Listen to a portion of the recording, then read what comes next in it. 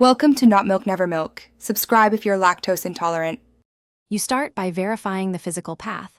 Check the HDMI cable and port because most failures are simple. First, switch the monitor input to the correct HDMI port and confirm which port number you used. Once done, power cycle both devices. Turn them off, unplug for 30 seconds, then reconnect power and HDMI.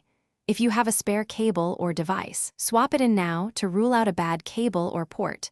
This saves time before deeper troubleshooting. Next, you inspect the signal source on the computer. Open Display Settings and click Detect.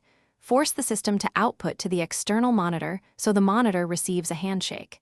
Then update or reinstall GPU drivers using the vendor utility, and if the problem started after an update, try rolling back the driver.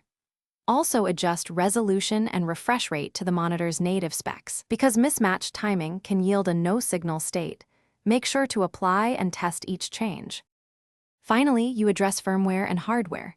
Check for monitor firmware updates through Asus tools and apply them only with a reliable power source. If the issue persists, methodically swap devices, try a laptop, console, or HDMI adapter to isolate monitor versus source. Reset the monitor to factory defaults to clear config corruption. If none of these steps restore signal, escalate. Contact Asus support or initiate an RMA. And mention the tests you ran to speed resolution. That helps the technician diagnose faster. Thanks for watching. If this was helpful, leave a like and consider subscribing. See you next time.